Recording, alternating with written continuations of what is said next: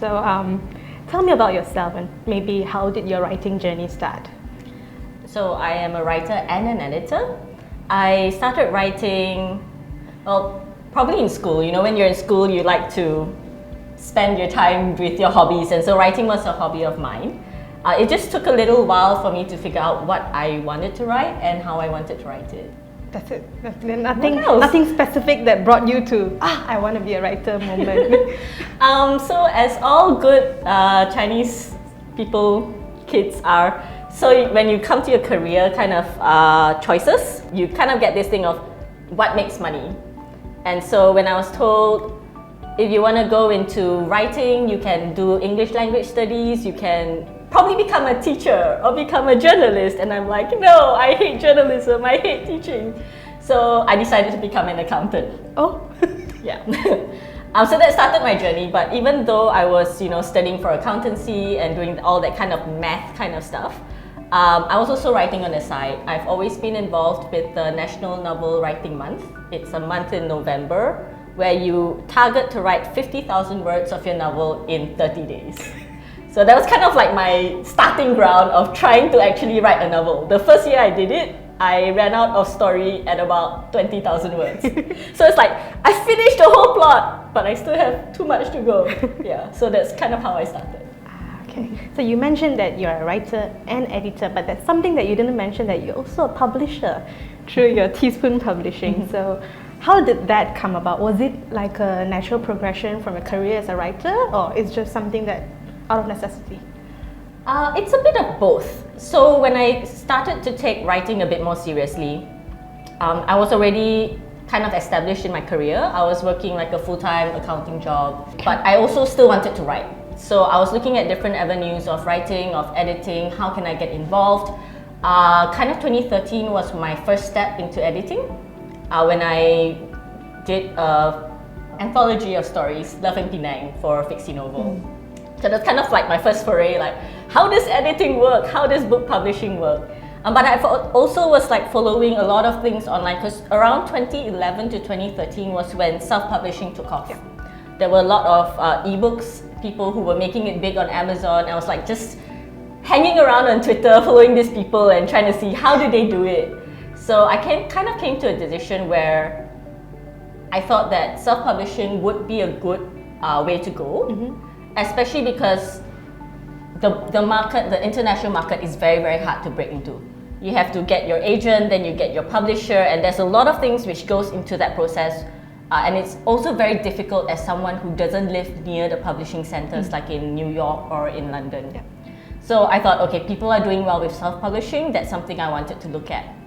And I was also looking at the Malaysian market, where English publishers in Malaysia have very niche titles.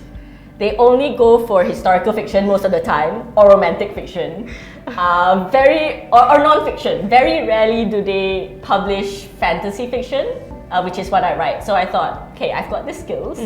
I might as well, try to figure out how to publish it, and then that's how I came out to establish Teaspoon Publishing. Okay. But all this aside, you are also right now the president of Malaysian Writers Society. And I realized that this society is quite active in Penang, including hosting weekly write-ups and all. So maybe you can tell us a little bit more about the society and what are your activities like? Okay, so the Malaysian Writers Society is a national society, even though like most of our on-the-ground programs are currently in Penang. There was actually a bit of a shift, mostly because of the pandemic. Before that, we used to have our annual My Writers Fest, and a lot of the activities were based in Klang Valley because that's where the more active people were. And then Penang, we ran also some activities for the fest, and we also did the weekly write-ins. But there was a major bulk of the programs were still in KL.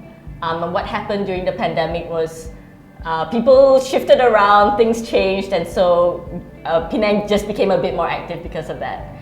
But the goal of the Malaysian Writers Society is to support writers in Malaysia, or even like, wherever you are, as long as you're Malaysian, in whatever genre or whatever language that you write in. Okay, so we will come to that editorial part right now, and you are right now the Penang Art District's art editor, and you've been the art editor for quite some time now. So how much of it is different from your normal editing and your literary writing? Is there a difference? I think the main difference is in your target market, because writing in the end is writing to your target. So in literary fiction or in any form of fiction, you usually have this space to explore language. You can be as fancy as you like, you can use as many weird metaphors that you think will fit, as long as the editor agrees with it and they can understand. But when it comes to writing for art pieces or for the Penang Art District, one of the goals is to make it accessible to people who maybe English might not be their first language, or they just want to know the content. They don't need it to sound like super fancy or flowery. They want to know what to do or what's going on. And so the target is different in the sense that you kind of simplify the language, or you kind of target it to people in that market. Yeah. Do you see a gap in terms of writing for art editors? I mean art writing, sorry. Gap in what, really? Finding writers for art. Yes, there is. I think because when you write for art, you also need that kind of specialty. So one of the struggles I do face a bit with editing for Penang Art District is I'm not a visual artist myself. So sometimes when it comes to like more technical terms of they use this technique and this shows this and that, I'll be like, what does this actually mean for someone who doesn't know like the basics? Yeah, but it's something that also comes up, which is good, because then you can make sure that everyone else also understands, like the lay person who's interested in this fancy piece of art can also understand what's the meaning behind it. Which is also Penang Art District's target market anyway, Yes. right? Yeah. Okay. Through your work with Penang Art District, you are clearly working with established writers as well as younger writers, new writers. So what are your thoughts about this newer crop of writers? I think not just in Penang Art District, but even with the Malaysian Writers Society, I'm working with a lot of new writers, people who are trying to break into the industry in that sense. And I think they're all very passionate. They do have skills. Part of it is trying to match that skills with the platform.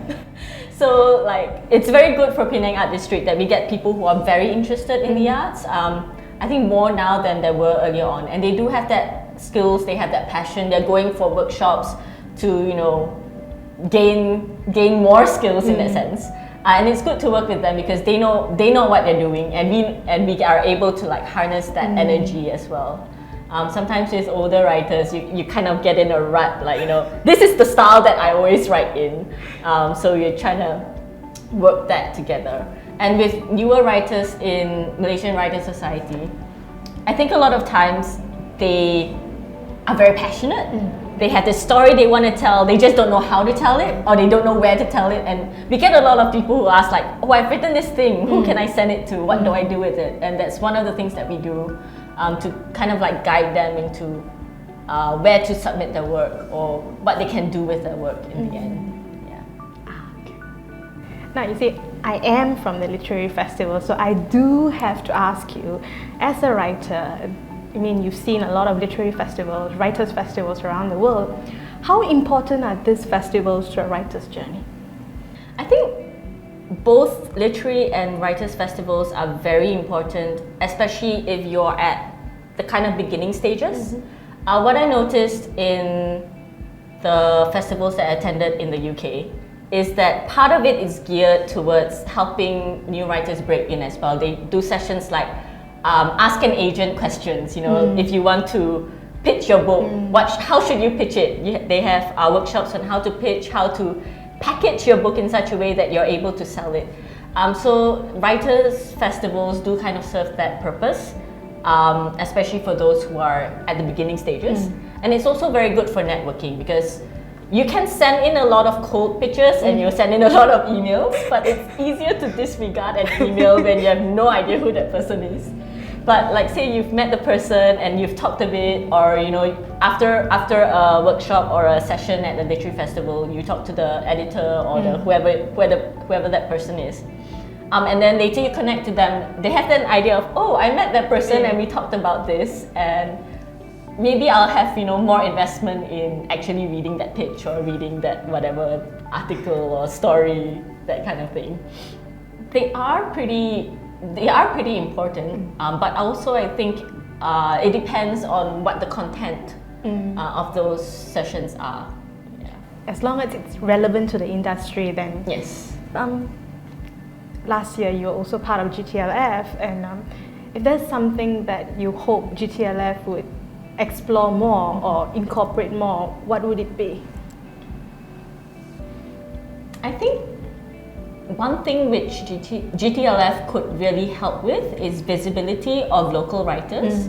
I know it's had its phases of the local writer scene and it has its like international scene kind of thing. But one thing we don't really get as Malaysian writers is that kind of visibility or that stage to talk about our work, especially since the publishing industry is really small. So I think as a local literary festival, one of the things that it can really do is to give a boost to new writers, upcoming writers, not just those who have already made it overseas, but those who are currently in the trenches, working out at their whatever they're doing. Yeah. So you hope to see that more? Yes. Okay, that's good to know. I will pass it on. So, final thoughts. What are your hopes, dreams, and aspirations in this whole writing world? In this whole writing world, that's difficult. I think really to get more Malaysian voices out there. It's a very big market, but it's also a very saturated market. So we kind of need Malaysian writers to be a bit more gung-ho, a bit more out there, to put themselves out there. To just keep writing their stories, their lives, their thoughts, and not just keeping it to themselves, or not just putting it in the little bubble, but to submit it, to send it out into the world and let people read it. And write. Yes, right.